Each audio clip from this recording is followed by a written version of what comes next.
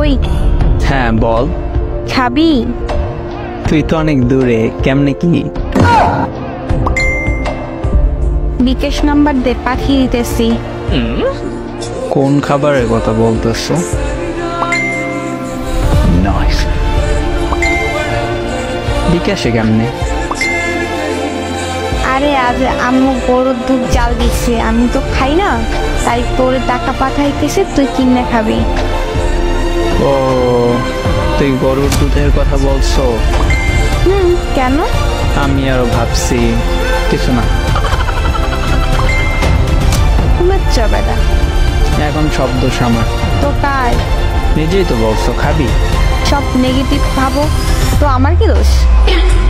এইভাবে বললে কেউ বুঝবে না। গরুর দুধ খাওয়ার জন্য বলছো, সবাই ওইটাই বুঝবে যেটা তুই বুঝছো।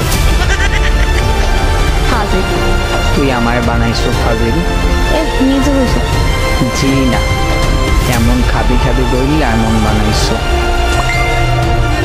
আরে খারাপ আর কি বলছি? সোজা বললেই পারতি আজ গরুর দুধ কিনে রাখছে, আমি খাইনি, তুই খাইলে আজ।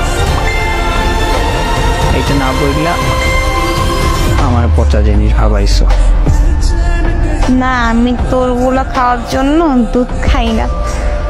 আমার কোনগুলা? ও আচ্ছা, ওইটা পচা জিনিস, দুধ। পাজি মাইয়া।